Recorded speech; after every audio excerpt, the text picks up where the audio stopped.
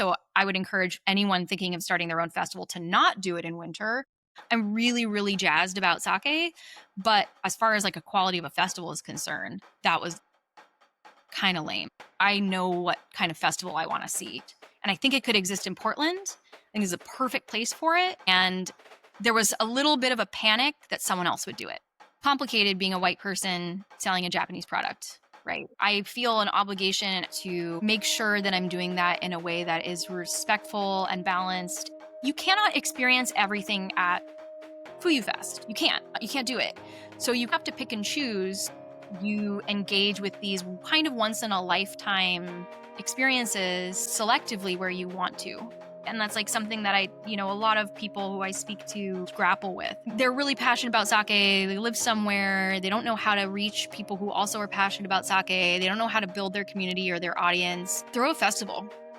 If you're watching this, congrats. You are an early adopter. This is the very first episode of the Sake Master Sessions.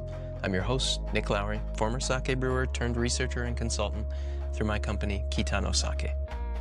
This series is presented in collaboration with the Sake Brewers Association of North America, whose support helps make advanced trade-level sake content like this possible. The goal of the series is to answer one big question. What do people need to know to not only make better sake, but to make sake better across the whole industry? Each episode is intended to be one practical answer to that question from someone who's earned their perspective through experience. Brewers, educators, operators, and trade professionals. We'll talk about production, sure, but that's not the only thing that makes a successful sake business. Over the course of the series, we'll discuss topics like how to train people to sell and serve sake, how to plan a well-rounded sake portfolio, or how to run a profitable taproom. If episode 1 feels like a bit of a generous pour, do not worry. Future episodes will be more measured, and I don't just mean shorter. This is a project in evolution. The conversations will sharpen, edits will tighten, and the format will keep improving as we go. The best way for you to watch that evolution and catch future sessions as they drop is to subscribe to this channel. For this very first session, I'm joined by Nina Murphy of Sunflower Sake in Portland, Oregon, and the founder of Fuyu Fest, one of the most thoughtfully executed festivals in the United States. We sat down to talk about her thoughts on running a successful sake festival. Not to say this is the right way, but to share what she did so that you can better understand how you might do it in your own market. During our talk, we covered Nina's experiences at previous sake festivals and the inspirations that led her to create one herself. We talk about how the festival sausage gets made, how the sake is procured, how to make participating easy so vendors want to pour, and her strategy to convert attendance to bottle sales. And Nina's transparent about the economics, real numbers, real trade-offs, what it costs to make an event like this work without it becoming a cash grab. We also wax a bit on what makes a unique and memorable festival that people will actually travel for versus just a room with sake. Nina talks about how bigger might not always be better, and how accepting that attendees can't see everything, how that helped her lean into creating more small, intimate moments sprinkled throughout Fuyu Fest. And of course, we talk about what she has in store for Fuyu Fest 2026. All right, let's get into my conversation with Nina Murphy. I've mentioned to you before, the sort of premise for these video series is to try and illuminate sake in a way at a higher level, to talk about not just the technical aspects of sake, not just how do we make literally better sake in the brewery, but also all of the other things that come along with making sake successful as an industry, as a business. So, Nina, when I pitched this to you, we talked about, person that comes up as a brewer might know how to make a great ginjo, but do they know anything about finances? Do they know anything about marketing? How do we actually take this product and make it into a viable business so that the industry writ large can survive and thrive? And so I'm really excited today to talk to you, Nina Murphy of Sunflower Sake, and the focus of our discussion today, the founder, originator. What's your title when it comes to Fuyu Fest, the Pacific Northwest? I guess preeminent sake festival. Founder. Let's say founder organizer. Founder organizer. Okay, I think you should come up with a flashier title, maybe like Marshall. Sake Oh, Steward. not yeah. Wizard. I want something you can put on a banner that you can walk around with during the day. So let's start by talking a bit about your history and how you got into sake. So you went into wine, and you were, it sounds like, about 3 years that you were in the wine industry working Yeah. So I as a sales rep. started, Is that right? no. So a couple different roles. So I Okay. sort of dabbled from early 2019. I had employment in the wine industry from early 2019 until 2021.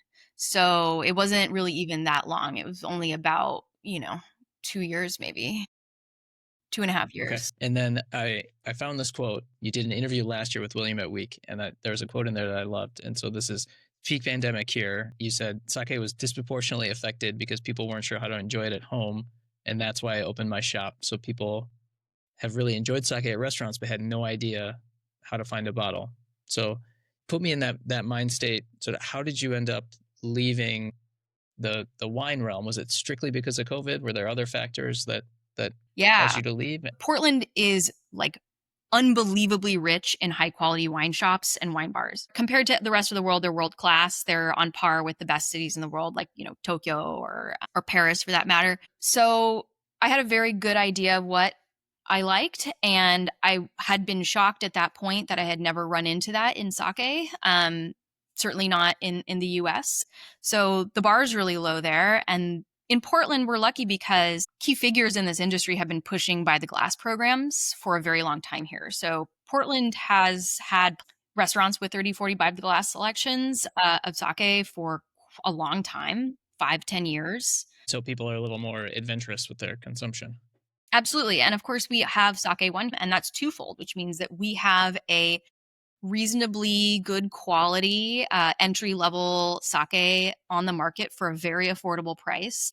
So no matter where you can go, you can get sake that was probably brewed in the last 6 months and costs half that of, equivalent style in Japan.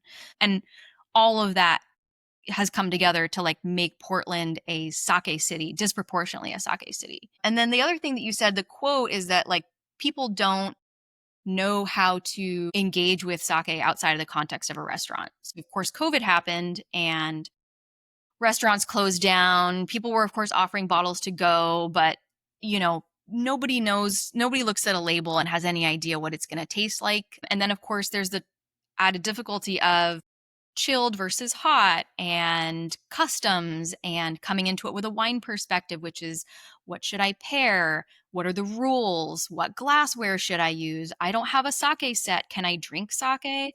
So all of this is not addressed in the normal avenues where people purchase sake, which is at a restaurant. Sure. Um, so where is someone going to learn? The natural way to do that is in person somewhere. Yeah. So you see these opportunities, this gap between the established wine market and the sake market in Portland. You see the lack of that outreach, the lack of resources for a consumer that wants to learn more, to drink more. Mhm. And so then you say, that's me. I'm the person. I'm going to do it. Yep. Okay, great. I want to talk about that vision of what you think a good experience is in a sake shop. But before we do that, I want to talk about this first iteration of Sunflower, because when you first opened, it wasn't the Sunflower that we know today. Yeah. Your first shop was not brick and mortar. Literally, it was a metal container. Tell me Mhm. about that venue. Tell me about how that situation came to be. As a wine rep, I serviced a lot of different businesses in the Portland area, mostly like natural wine bars and restaurants. And so I became aware of what sort of spaces were available, like hidden spaces were available. Who has, some extra square footage here? Who has like something here? So there's this restaurant in North Portland called Dame, and in the midst of the COVID pandemic, they built out a bottle shop in a shipping container next to their restaurant. And then, like 12 months later, that retail boom has already started to wane, and it was just being used as storage and extra seating. And so I approached Jane, who is, customer, but of mine at the beforehand, but also like, good acquaintance, about the idea that I might use it as a pop up, keeping her retail establishment staffed in her off hours, and also I'm able to run my own thing. So I was only able to open Mondays and Tuesdays because that's when the restaurant wasn't operating. And this was, 2021 winter pandemic in Portland, notoriously rainy and cold. My only seating was outdoor. And I had many, many days where I didn't have a single customer, of course. And I just sat in my metal box and it was very depressing. So, like, I spent that time, like, building the website, planning, thinking, what does good look like? How can I bring people in? And that kind of hustle is something that only comes in, like, that kind of moment of quiet despair. So I had Sure. a lot of those moments, but also people did show up for it, and I built the tiniest start of a community, and I felt a sense of responsibility for those people who did show up for me. And, like, then I was like, okay, I've got this precious thing that I want to continue to take care of. It sounds like you've been very strategic about this. Like, if this project can work in the worst 6 months of the year, Yeah, exactly. then It's it proof can of concept. flourish in a in a building with proper heating and Yeah. um, year round in the better months. Yeah, pretty much. So it sounds like you were already in the throes of trying to advance things. So how much of a gap then was there between saying shut this down and Sunflower as we know it coming to be? So at that point, my husband and I went to Europe, and frankly, that was a very, very inspiring experience because we'd all been locked up for so long at that point. So all of a sudden, it was as if it never happened, and people were out on the streets socializing deep into the morning. And I think that had a tremendous effect on both my husband and I, because if we went out to eat and drink with friends, it was so prohibitively expensive that it felt like it wasn't something you could do casually. Sure. Whereas in Europe, you might go out 4 or 5 nights a week. Yeah. So just seeing that in action was like helped me kind of conceptualize what Sunflower could be as well. So we got back, and then I signed the lease. I eventually found a spot and signed a lease on it in July. And it was a former coffee shop in a historic building. So it's called the Olympic Mills building. It used to be a factory for General Mills, and the building really wanted another coffee shop. So basically, what I did is I was able to kind of, like, negotiate for a month to month, sort of like 6 month trial term. And because it was only 600 per square, or sorry, 250 square feet, my rent is incredibly low. My rent is, and I'm happy to be transparent about it. Like, with utilities and everything, I only pay around 1,200 a month. Wow. So Okay. that's unheard of. And Yeah. that was a number that I could actually work with. I could probably pay that rent, within, by serving customers for like a week or two. And then after that, I can kind of figure it out. So I can buy myself more runway. I pieced together enough to get it running. And we decided that I wouldn't have to pay myself for a while. Like, we could make do with our expenses being what they were. Yeah, absolutely. You found this location. I would imagine that there was not only a benefit due to its size, but being a former coffee shop, probably it already had some rough in done for like plumbing to meet the food Yep. code and some of those other aspects that Yep. would end up being beneficial for you to cut down the cost because Exactly. you're not just selling bottles, you're also doing that experience that you alluded to before. So Exactly. like what was your vision for this final form, if you want to call it the final form of Sunflower, the current form at least?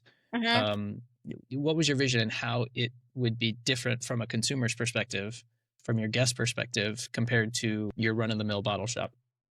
My original vision was coming from a cold metal box. I was like, I want sun, as much sun as I could possibly get. So that's I why I can have the imagine. Yeah. south-facing windows. I wanted it to feel like, a study, or like a little tiny library, or something that was cozy and comfortable, and frankly doesn't say party. So that's, like, also true about Fuyu Fest. Like, I that's not where my comfort zone is. I'm not like someone who goes out to, like, clubs and feels comfortable in that kind of place.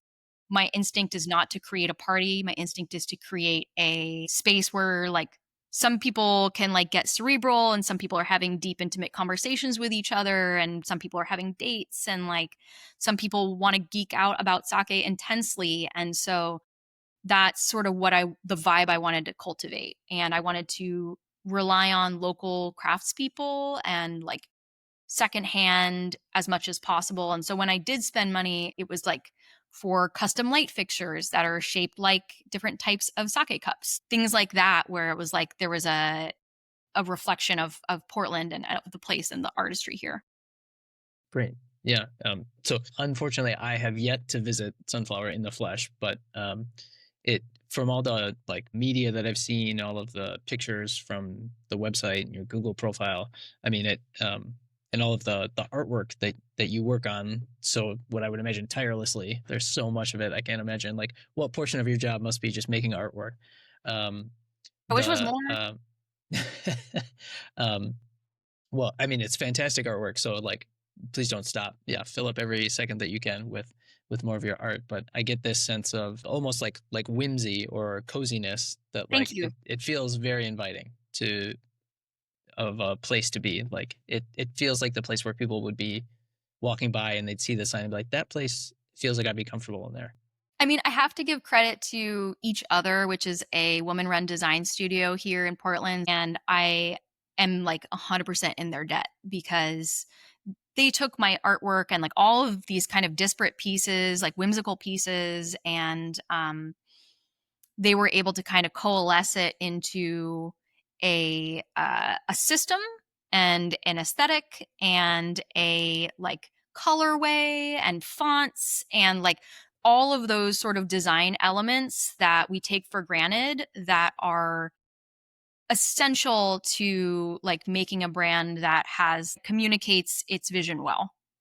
So, that was like 5 grand, wasn't cheap. Certainly not then, certainly not now, but it was Sure. like definitely the best money I ever spent. Sunflower Sake's branding is, I think, very on point. It's cohesive and consistent Thank from you. start to finish. So I They think did a great job. from a food scientist with no expertise in marketing or branding or design whatsoever, yeah, it seems like money well spent to me. Our industry is notoriously bad in the US. The industry is notoriously bad at spending money on aesthetics, and also it's like moneyed breweries like that put out, new products, and I'm shocked. I'm literally shocked because it's almost like they have no idea what their audience looks like and what they want. But I do think that the Japanese sake industry, maybe not the traditional side of it, but certainly the modern side of it, has a really good understanding of what like great aesthetics look like. And I look up to them when I think about how I want my design to look because I think that they set like gold standard. So let's shift gears a little bit. You're in Sunflower Sake as we know it now. So that was 2022, October of 2022 that you opened? Yes. So I opened up the Okay, pop up in October 2021, and I opened up the permanent location in 2022, great. October. And so prior to this, you may have to correct my timeline on this, but there had been a long-standing sake festival in Portland Yes. called PDX Sake Fest. And Yes. my understanding is at that time it was the biggest sake festival in the United States. Yeah. Um, It's crazy. It took place in the Oregon Convention Center. So it was like kind of your very classic sort of convention center setting, like ugly carpet, you know what I mean? Like all indoor, sure. just a giant room filled with like tables, different importers, vendors. And I think that this had been a pretty recent development. Maybe in like the last 2 years, they were working together with Uejimaya, which is a Japanese grocery store chain here in the Pacific Northwest. And so there was also a sales function. So you had like a sheet of prices. Those prices were all discounted about 15% from retail, and you were able to order sake from each of these tables. A lot of really, really like important and key people in the industry were there. That was where I first met Monica Samuels. It was where I first met a lot of different importers, like the Floating World importers were there, and our liquor control laws here, which are in some ways very liberal and in some ways really, really conservative. So this is sort of the conservative side of it, is that they really require that you have food around for these festivals. But I actually think it's really a good thing, because my experience with festivals that don't have food is that people get really sloppy. But anyway, so the food component was table, like they basically worked with local restaurants to produce, you know, a bunch of different like bite-size appetizers essentially. I didn't have a single snack because the lines were so long for all those tables that I was like, it's like, I mean, I could spend 30 minutes waiting in this line for one small bite, but why would I do that? So it had food, but kind of didn't. And the setting was very like kind of corporate feeling. There was a lot of cool sake, of course. I thought it was the most awesome event ever. There was, you know, I even remember some of the sake that like the specific brands and stories that I took with me from there. And I was like, whoa, this is so cool. But, you know, it was kind of a pretty like limited experience, all things considered. It was like the main event was tasting and the secondary event was food, but it wasn't that high of a priority. And then, you know, it was pretty expensive. And yes, it was the largest in the country at that point at like, I think around like 1,000, maybe 1,200 attendees. It felt very crowded. It felt like there was lots of lines. There was absolutely zero curation. So it was like, and at the time I knew very little about sake. So there was the like, you know, the tables with the really, really not so inspiring stuff next to the stuff with the really, like the tables with the really inspiring stuff. And there was really no way for you as a consumer to kind of know what you might like and where you should spend your time. So I left that and having been to many wine events prior to this as well. So I left that and was like, okay, I'm really, really jazzed about sake. But as far as like a quality of a festival is concerned, that was like kind of lame. Like there's a lot that I would change if it was me. And I had no plans of running a festival at that point, but I certainly had points of criticism. Fast forwarding, then you're finding yourself in 2022 opening your shop. You're running on this enthusiasm and this gap in the sake market. Mhm. And so, like, how quickly after that do you start to conceive, like, okay, Sake Fest PDX is no more. Here's another gap for me. Here's another way. I'm not working Yeah. enough as an entrepreneur, and Ugh, this artwork's not taking up nearly enough of my time. Can I God. can I Like add when those another things thing are, to if I my had plate? any idea what I was getting myself into, Sure. wouldn't have done it. But I was like, well, you know, Sake Fest is done and I have like I have a bone to pick with a lot of different festivals and I was like, well, not a bone to pick, but I was like, I think it could be done better. And I think that we could do something really, really cool and really, really inspiring and very Portland coded. And like, let's just do it. So it was literally like December 10th that I started making steps to organize a festival for January 22nd.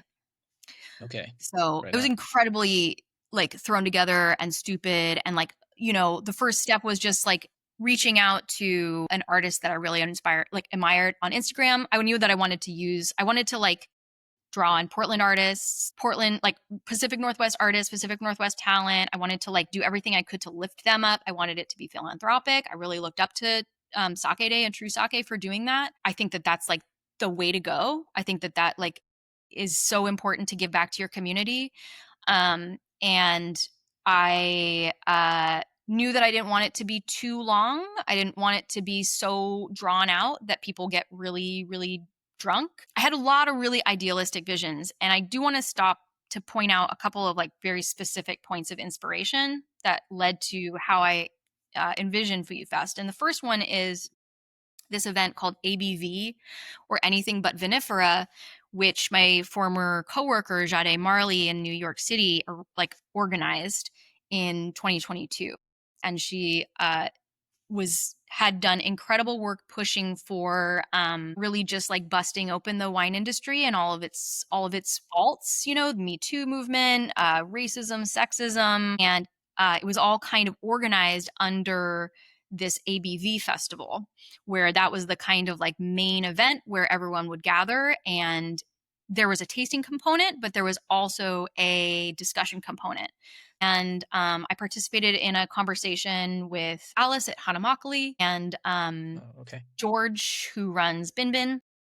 And so we sort of talked about like rice based alcohols. And it was the first time that I had ever seen, you know, makgeolli and sake and wine discussed in the same space Interesting. as like sort of soldiers in arms, Sure. not against vinifera wines, but like celebrating them as equally important and equally relevant within a like an industry that is evolving and must evolve if it wants to survive.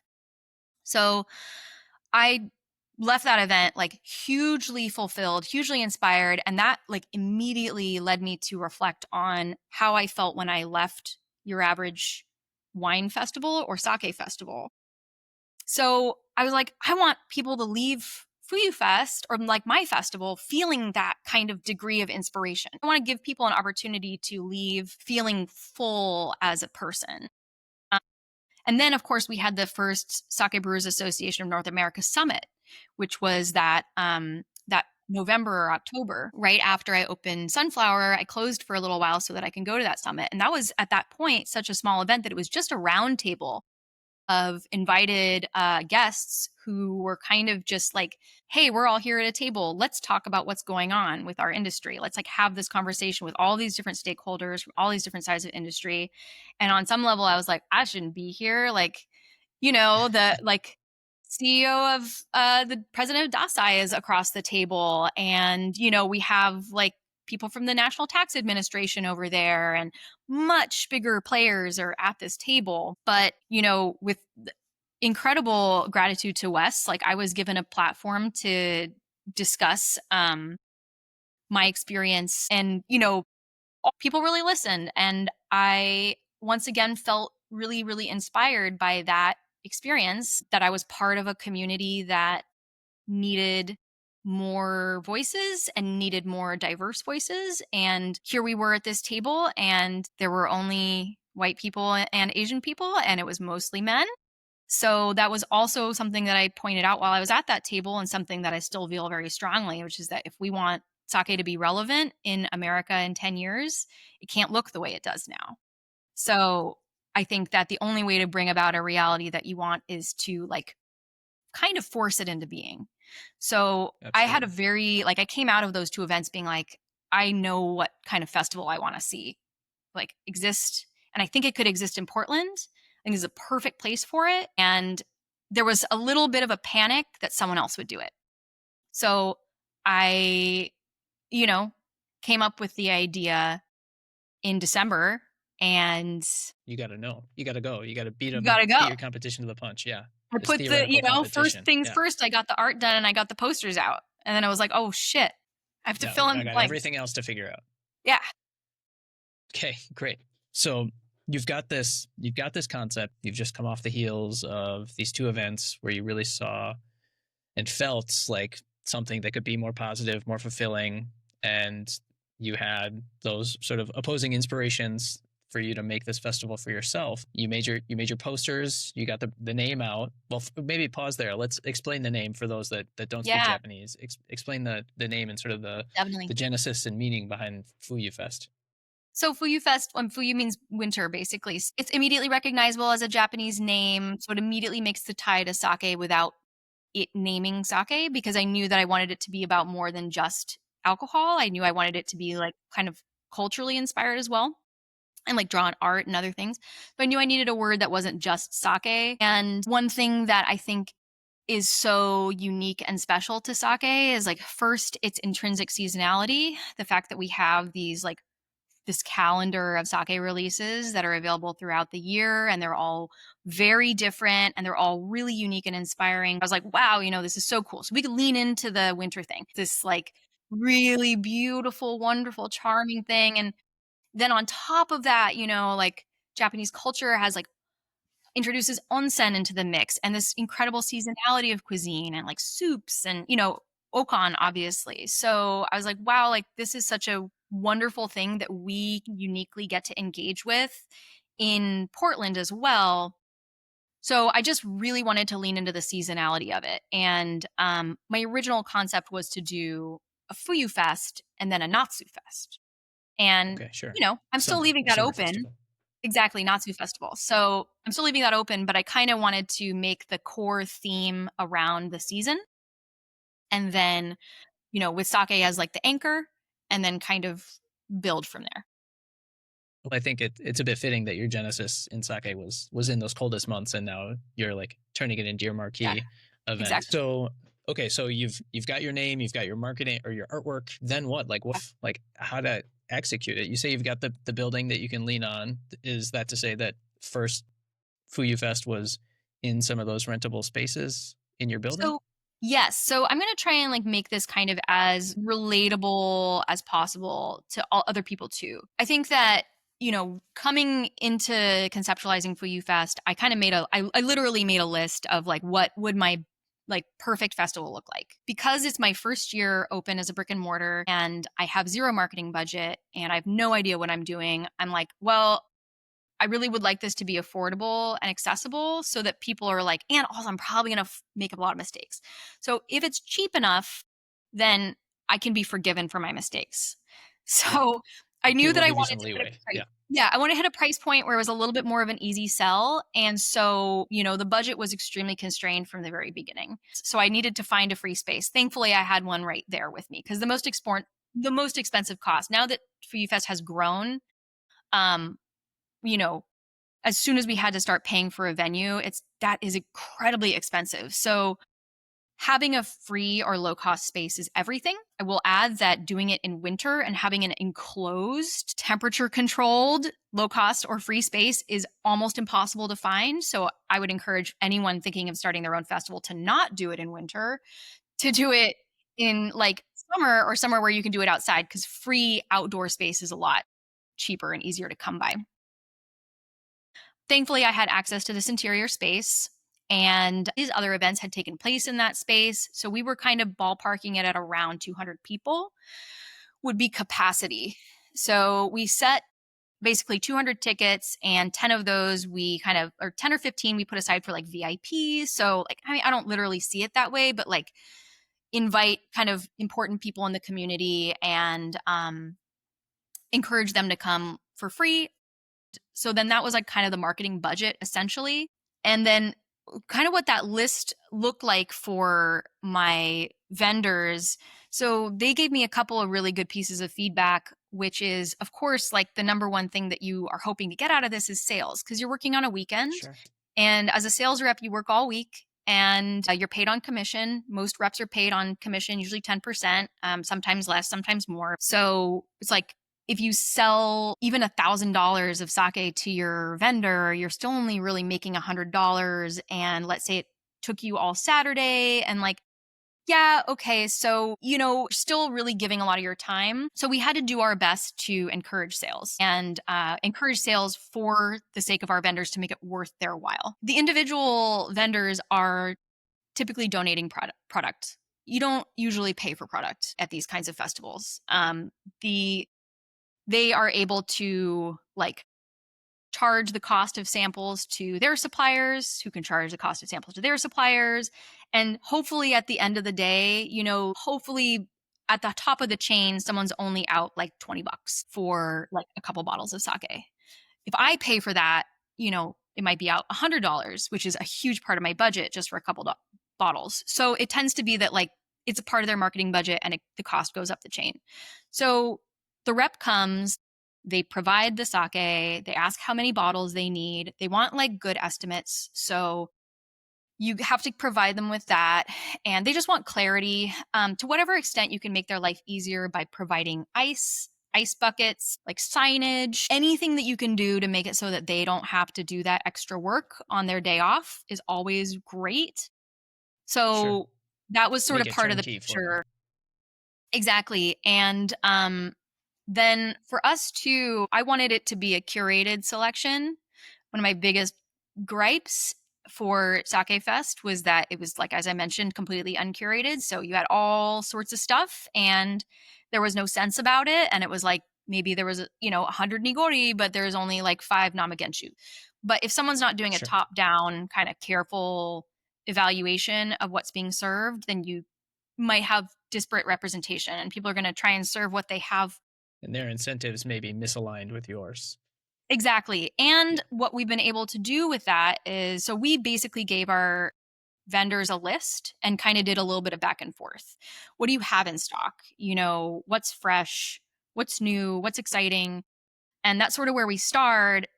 And what we're doing now, several years in, is we're actually like analyzing sales statistics from the previous year to kind of help inform where tastes and trends are aligning, because we Okay. want our vendors to be successful. We want them to sell as much as they can. This is not to sell people things they don't want, but we want our customers to be like, our attendees to be thrilled about what we're serving and like leave being like, wow, I liked like half of what I tasted. You know, at the core level, like that's what you want them to feel.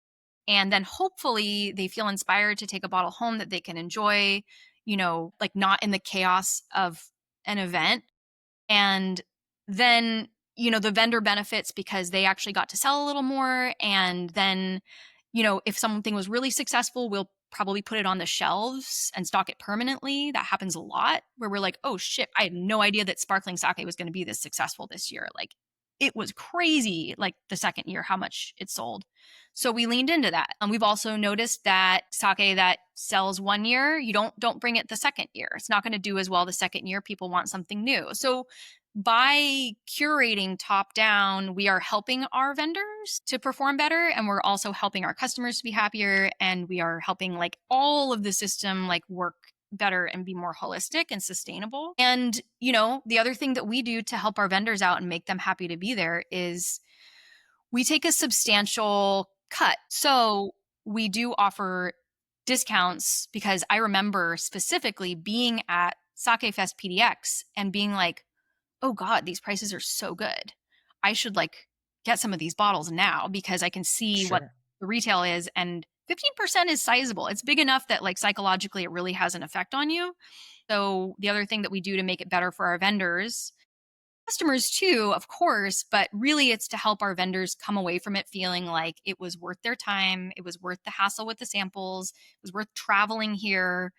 It was worth the entire expense to get there. And of course, we don't charge table fees for our vendors either, because they're already doing us an enormous service by coming, showing up, bringing labor to us, free labor, and we're collecting the ticket cost. And they're trusting that we are going to help make sure we're going to go do as much as we can to make it worthwhile for them. And then the last thing is talking to our winemaker friends. Like I asked them, like, what does a bad festival look like for you? Like, what does a bad sales event look like for you? And she's like, well, if I sell under a case, I'm really bummed.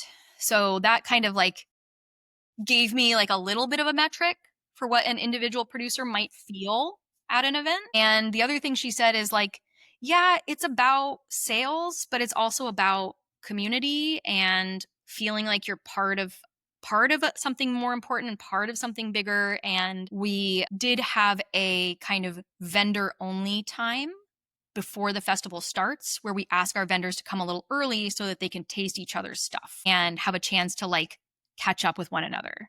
So we asked the vendors to set up like basically 30 minutes before they needed to, so they had a chance to interact. But like those were major considerations that we had even from the start, and that we've been able to refine over time, because you want people to come back year after year. So the biggest challenge is when I was first starting, I was lucky that we had access to a free venue, essentially free. We ended up paying, maybe $200 for the space there. We calculated the ticket cost based on a rough budget. First things first, I talked about philanthropy.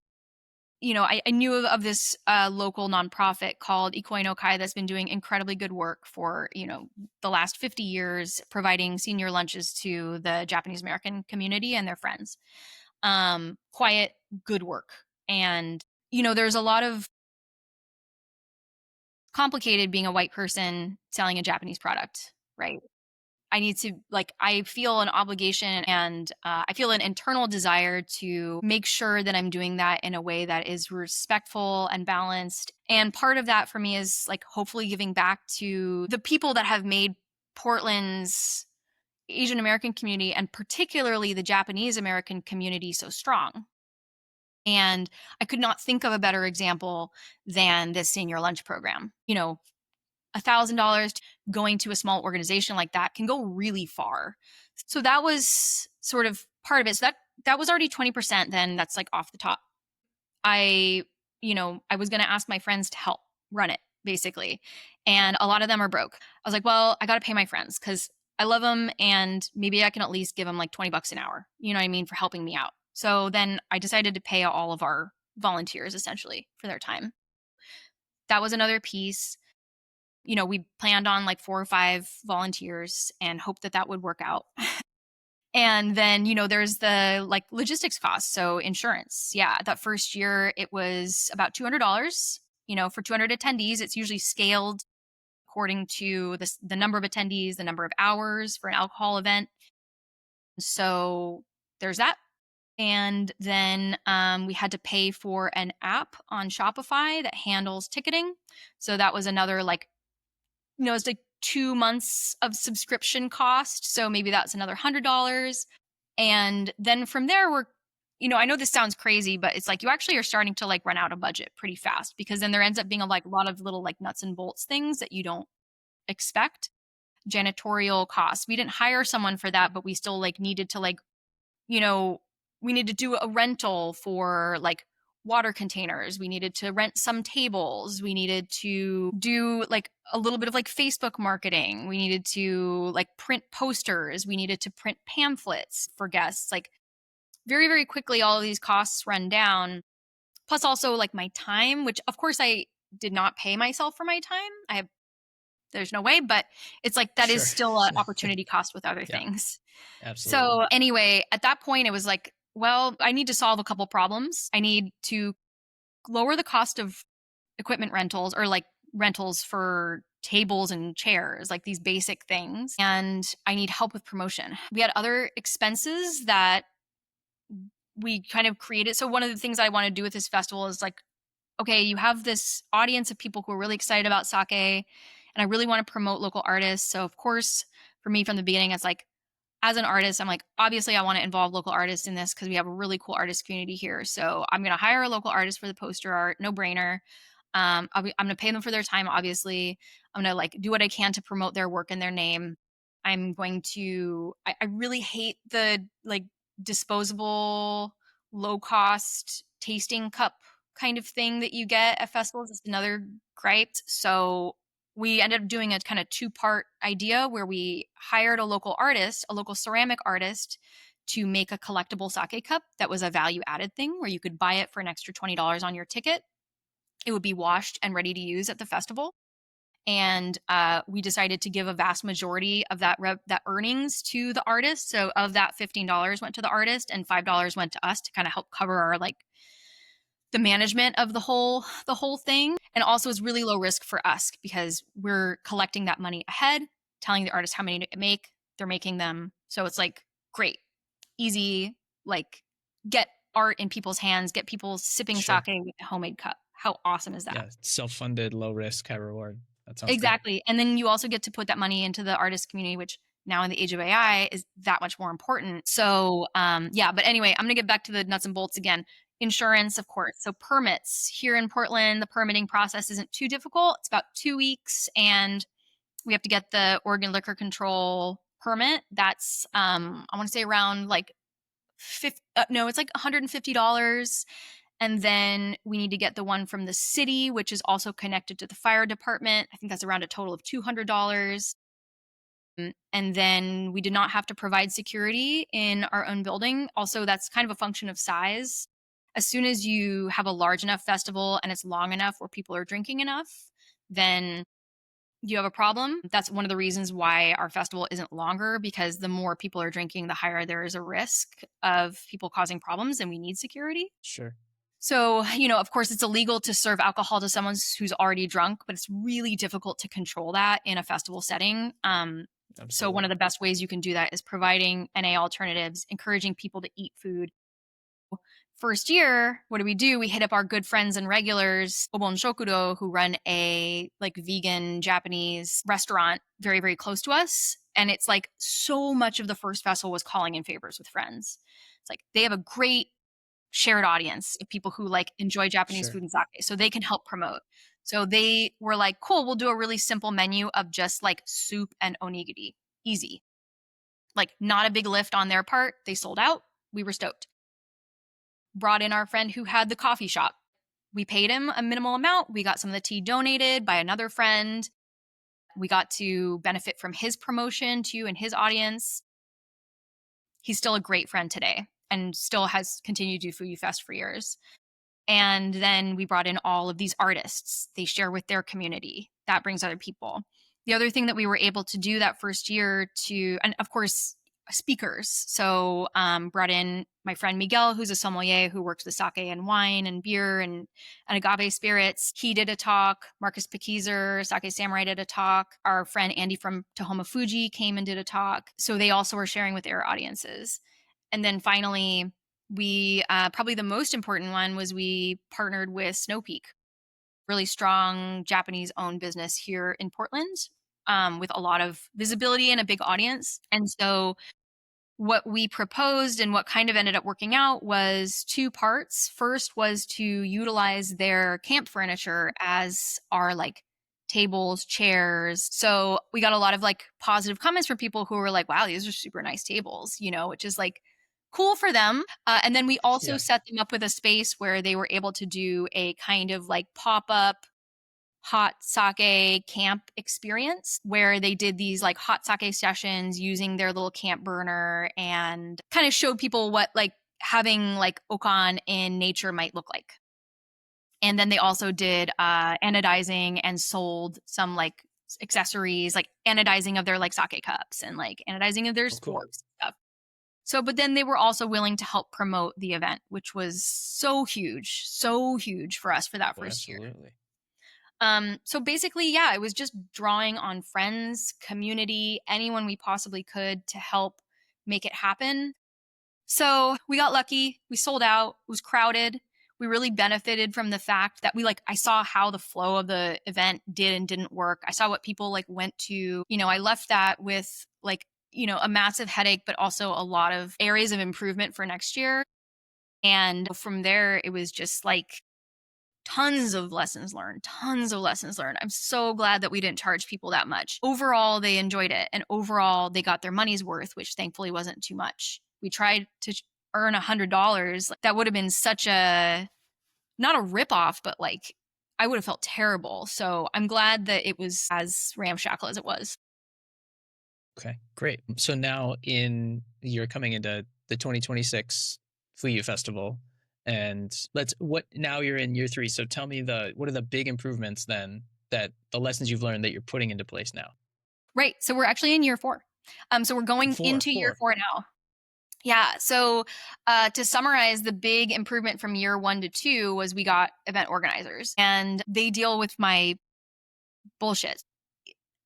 Now, a big chunk of the budget. So the budget has gotten bigger. The cost of the tickets have gotten bigger.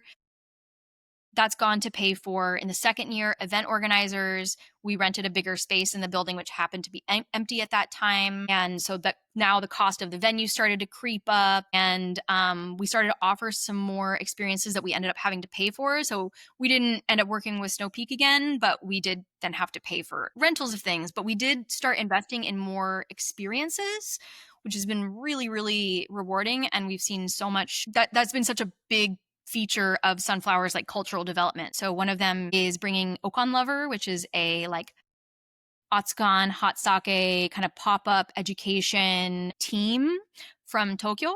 And I went to his restaurant and I was like blown. It just completely blew my mind of what's possible. I had never seen this kind of mastery before in sake, in any aspect of sake for that matter, not with sommeliers, not with anything. So I was like, we got to bring you to Portland. So thankfully he was into it, and he and his friend who put it together were into it. And then I was like, okay, well, what else can we do that's fun? So we hired my friend who is a washoku chef, really, really like loves fish, whole fish butchery. Hired her to break down a local fish, like a salmon basically. But that was like only 20 people could fit in that room. So this was like a small experience for a small number of people. And that's sort of what Fuyu Fest has evolved into, where it's like there are Easter eggs everywhere, and we keep building on that, where we add more and more Easter eggs. And then I also hired a friend of mine for $500 to design a like immersive experience and an immersive storyline while you're in Fuyu Fest. And that was pretty much a like hide and seek thing, like series of different like quests that you could go on. And then at the end you could get this like I'm sure you've seen Yuki Otoko, the Yeti from Aoki Shuzo, that Sure. sake. They were willing to donate a bunch of like Sakazuki and like stickers as Okay. rewards, and the whole story was like Yeti themed. So, and then also we worked with local mixologists to come up with novel sake cocktails and to serve those in different sessions in different rooms. So it was like you cannot experience everything at Fuyu Fest. You can't. You can't do it. So you kind of have to pick and choose. And that's sort of like the first that year, that second year was where we kind of came up with that idea of like Fuyu Fest is a choose your own experience, and Sure. you engage with these kind of once in a lifetime experiences selectively where you want to. And you get to like Mhm. hopefully leave not just boozed up, but like excited and fulfilled about sake as a category and what its potential has. And then I'm going to fast forward to the next year, which was last year. So last year was a big grow up year in terms of scale and venue. So last year was the first year that we paid for a real venue. And that was really, really rough. So it was $7,000 to get an internal space, an indoor space that was large enough to house all of our people. And to be honest, I still feel like we have a lot to figure out as far as making the most of that kind of space. Okay. We had unfortunately a last minute venue change from one area which we're going to be in this year to a smaller one that was kind of bifurcated into a couple of different like rooms that were kind of Okay. disconnected. So we try to do our best to take advantage of that by offering like a lot of like again like Easter eggs, like hidden experiences that you could Yeah. find. And that was also we brought back Okan Lover. We brought our first like brewers from Japan who came specifically for Fuyu Fest to like offer like a really interesting experience. That was Hakoba um, from from Fukushima, and that was kind of kickstarting the Portland launch, the West Coast launch of Hakoba's imports. And so he gave a talk on the craft sake scene, which is something that we don't have any discussion of here in the US. But, I'm more interested in what's happening at the cutting edge of sake around the world than I am about what's just happening in the US. So if something really cool is happening in Japan, I would like to tell our audience about it. And Fuyu Fest is kind of like that. Last year was the year where I kind of was realized Fuyu Fest can be the venue where we bring like the coolest cutting edge stuff from Japan to the US, as much as Sure. we can, and kind of like make Yeah. this the place. So last year we really were like, I kind of came up with the idea that, okay, what is Fuyu Fest? I want it to be not the biggest festival, but hopefully the most interesting festival in the world, sake festival in the world. And I want it to be the festival that sake geeks around the world are like, that's the one I want to go to. Yeah. I want it to be the place that's like, yeah, I could go to all these places, I could taste all these different types, but that's not who I'm necessarily looking to attract in the long term. I'm looking to attract people who are like really big sake geeks and they like really want to network and feel enriched and like come out of it feeling like, whoa, like all this cool shit's happening. So last year was that grow up where it was like, okay, this is what we kind of want this to be. And so this year we're in the Red, which is a really gorgeous space. It is itself a nonprofit. So everything that we pay towards our venue is going back to the community in its own way. We are continuing to support Ikoi no Kai, which feels incredible. Every year we work with a different Sakazuki artist. And this year we're working with a glass artist, which is new, which is super cool. And, this year we're once again exploring more things that I kind of just cooked up based on like what I've Sure. experienced this year. And I hope that one day we'll have like a crew of people who all contribute really cool ideas. But I'm that's part of the ongoing growth. And so this year we're in what I hope will be our final venue. So it's 500-person capacity. I have no intention of making Fuyu Fest bigger. This is Okay. where hopefully it's going to stay. 500's it. Okay. 500 is it. So thankfully, hopefully after this year, I don't need to spend any more on marketing and PR because we'll be at capacity. Yeah. And then it'll be like, That's right. cool, you want to come, come. You don't want to come, that's fine. And then, maybe hopefully we'll get like the most badass people from around the world coming over time. But we're, of course, bringing Okan Lover back. We have a bunch of really cool craft brewers who are going to be coming. We have more regional representation. So we have rad people from like Fukuoka, representing Kobe, representing other areas. So you'll find out. But we will also, want to provide more experiences for people who are like traveling to Japan right now. That's obviously really common. That's really common for a lot of our regulars. And for them to like go to a table and not just be like, this is the Kobe sake table, for them to be like, well, they're telling a whole complete story with the sake and the snacks and everything at this table. And I can see like into this little story that exists in this little place in Kobe. And now I feel inspired to like go and learn more about it. And we're also exploring music and sake this year. So that's the other really big theme Okay. that I wanted to play with. With music, one thing that I've done with a friend of mine who is a professional musician in Seattle. So he comes down, we do something called piano sake. Um, Maybe once or twice a year. And basically he's an incredible improv musician on the piano. And so I serve him sake and I tell the audience a little bit about the backstory. And then he just riffs for like Wow. 5, 7 minutes and composes a piece that's inspired by that. Everyone's drinking that same sake then? Like everyone's experiencing this sake as this live Yeah. music is And it's like, happening around them? we That's still amazing. have the sake tables. We still have that aspect of the tasting where it's like you can go and enjoy whatever you want and follow our pamphlet and be like, oh, I really want to try sake from here, this style. So you can do that. But you could also elect to take a minute to go to the musician area, to go to the concert area and drink the same sake that the musician is improvising upon, hear the story of the sake, and participate in that kind of little microcosm of experience. And that music will be transmitted throughout the space. This year is going to be like the music year where we really explore the idea of like, what is it like how do you improve sake with music? How do you affect the experience of sake with music? While also bringing back our favorites like from Okan Lover and really, really cool, interesting sake from, around Japan. And yeah, more fun experiments. Awesome. That idea, that mentality you have of the Easter egg concept of like, I mean, I think we all know that trope of you walk into this giant room and then to your point, you'll never see it all. You'll never get everything. So how do you walk away from that with feeling like you've found the value just from a money standpoint? Like, was this worthwhile for me? But then to give people the options to have those sort of culturally Yeah, enlightening and engaging, those because we're all artistic different. moments. Yeah.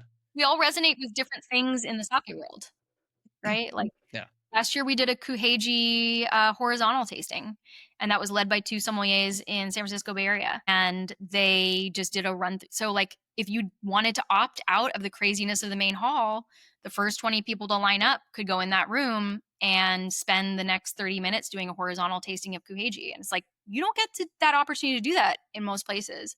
It's like, there might be totally different people who engage in each thing. And that's the point. That's awesome. Well, is there anything that we haven't talked about that I haven't asked you that the people got to know? Anything you were hoping to talk about that we didn't? The big thing is if you are wondering how to build your like local sake community, and that's like something that a lot of people who I speak to grapple with, is like they're really passionate about sake, they live somewhere, they don't know how to reach people who also are passionate about sake, they don't know how to build their community or their audience. Throw a festival. It's really like, start small, think small, don't start big. Just plan something that is maybe for 50 to 100 people. Like, people do show up for alcohol festivals. There's going to just be people Sure. who are like, hell yeah, alcohol festival. Do it on the cheap. Don't charge too much. Like, people don't want to spend a lot of money right now. Like, everyone's really like, you either have shitloads of money or you got none, kind of, right? So offer people something make it as fun as you can, with as little as you can, and you know, draw on local distributors. They have an incentive to sell. Draw on your friends. Maybe they make like snacks or onigiri. They want an audience to sell. Like, find a group of like-minded people who are all looking for the same audience, and then put it together and make it as fun as you possibly can, so that like the right people find the right people, and then you can all come together. And it's like, that's the way to start building this. And I think that just festivals have been the most effective way for me to grow my audience at Sunflower, and to kind of communicate with the world what I want this to be. And people are so willing to show up for it and so willing to like come taste a bunch of things. And it can be, it can be as small as it needs to be. Maybe you only have friends with like two importers or providers. Maybe you just hit up all your friends and you're like, hey, I'll buy, I'll treat you to some sake afterwards. We'll go out and like get pizza. And, you want to pour for me for a little bit. So just bullshit it at first. That's okay. Yeah. Just don't charge people a lot of money for it. And then you can figure it out as you go along. At the end of the day, people will be drinking sake and having fun. So as long as you can deliver on that, then just try it. Yeah. Start small, but start. Yeah. Yeah. 100%. Yeah. Great. Fantastic. Let's enter the stage, the plug zone. Let's give you the mic now to tell us when's Fuyu Fest 26. Where can people find you? Where can they find Sunflower Sake? Where do people find you on the internet so that they can get more Nina Murphy, more Fuyu Fest, more Easter eggs in their life? Yeah. Okay. So Fuyu Fest 2026 is happening on Sunday, February 22nd. It's from 1 to 5 p.m. Sake tasting officially starts closer to 2 p.m., but we open up the halls for our like kind of NA side of the experience. So a bunch of different local artists, rad food vendors, that kind of thing. So we encourage people. Also, it gets you a chance to like be in and checked in and ready to go because then you can beat the lines. So that's when it takes place. It's happening in Southeast Portland at a venue called The Red. There will only be 500 people. Last year we sold out at 450 tickets. So we do hopefully expect this year to sell out as well. And there's a bunch of like great hotels, Airbnbs, everything in the neighborhood. It's a really, really good space to throw a festival. You can look forward to tasting around 100 different sake, of which probably about 10 to 15% will be something rare enough that you wouldn't be able to find it ordinarily, or it might be hand carried from Japan, or it might be, brewers that are kind of like looking to break into the American market and they would love to hear what you have to say, as well as a lot of the experiences that we have offered in the past, such as like hot sake tasting and special breakaway sessions where you get to hear from experts and engage more deeply with subjects if you want. To learn more, you should go to www.fuyufest.org or sunflowersake.com. That's where tickets are available. Right now, as of speaking about this, there is still about 50 early bird tickets left, although those are probably going to be sold out soon. Only 200 were allocated to early bird, and then the balance is $10 more. So it's not like a huge amount in addition. There's also other ticket types where you can invest in a handmade, locally crafted glass sakazuki made by Maria Inamoto, who's a fantastic local artist. And she and I worked together to design 2 different types. So that's something that you can also use at the festival. It'll be washed and ready to go. Or you can just pack it away safely and bring it home. Yeah, we are entering our 4th year, and every year it gets better and more exciting, and we invest more deeply in experiences and putting 100% really of your ticket cost into the community and into making it the best possible festival that we can. Great. Fantastic. Let's just do a quick lightning round and get you out of here. Okay, tell me, if you weren't in sake, what would you be doing instead? Probably not back in insurance. No, not back in insurance. I would be in wine probably. The thing is, like, I love this business. I chose to be in this business. Yeah. Right on.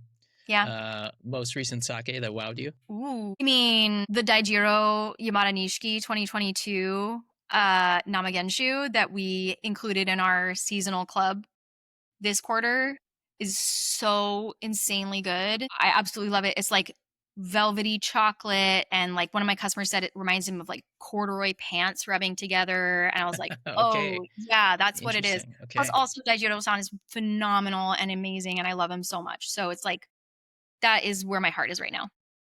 You still have bottles for it at sale, Sunflower? Or are you out? Oh, I think we're almost out. Okay. Because we pour it for club members, so it's like then we pour it for everybody, and then everyone's like, oh, this shit is really good. But we'll get more in the new year. Great. Okay, then last question.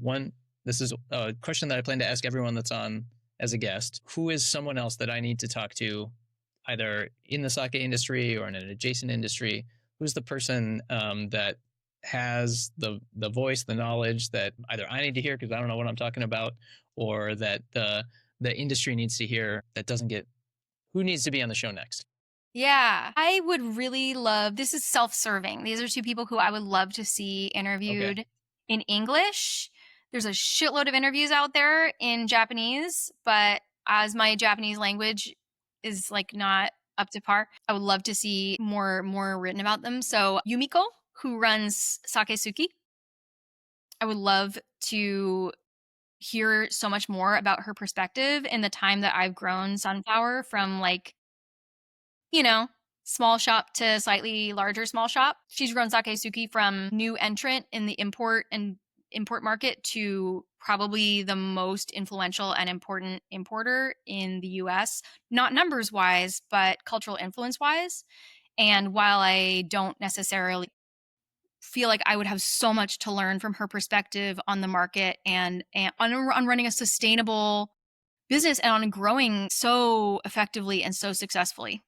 So I think she's brilliant and I would love to hear more. And then there's one more person, which is Aki Kawana, who runs Sake Jump in Japan, but who Okay. has Sure. also been like incredibly instrumental in the growth of in promoting sake culture within Japan, and currently he's expanding that throughout like China and Southeast Asia. So I would love to see like his perspective and honestly his honest take on the American market, which I think, you know, there's a lot of hesitation around. He's, you know, a native level English speaker. He spent time living in Nashville. So he knows this place, and you know, I think that he would have some hard takes that we might benefit from hearing. Okay. Awesome. Those sound like two awesome potential future guests. I hope Yeah, they're open to coming on here and dealing with my up and coming interview style. yeah, definitely. Great. Well, Nina, thank you so much. I really appreciate your perspective on Fuyu Fest. It's really grown in amazing strides. Just to see it from a distance, I'm very excited to be there for my first time this year. Super To stoked to have you. Yeah, we'll figure out exactly what capacity I'll be in there as, but I'm very excited to share that with you. It's been a long time since I've been to Portland. I'm very excited to come back. It's a great And city. yeah, I it love it. is, and I'm excited to get to see Sunflower Sake in person for the first time as well. Oh That'll my be god, it's so fantastic. small and underwhelming, but it's cute. But, I spent 7+ years at Moto E. You could reach out and touch two sides of the brewery at once. So Okay, I'm cool. used to big sake in small places. I'm Yeah, used to it. So great. awesome. Well, thank you so much for taking time out of your busy schedule Thanks, to Nick. chat about running a festival. And yeah, I look forward to an awesome Fuyu Fest #4. Yeah, me too. Cool. All Great right. to see you. Likewise. Thank you. That's it for episode 1 of the Sake Master Sessions with Nina Murphy. Thank you so much for watching. I really hope that you're leaving this inspired to create a festival of your very own. If you've got a question that you wish I had asked Nina, drop it in the comments and I'll be sure to follow up. If you want to see more of this type of advanced trade-level sake content, like this video so others will find it, and subscribe because the next sessions are already in motion. Lastly, another thanks to the Sake Brewers Association of North America for supporting this kind of content for the sake community. All right, see you in the next video.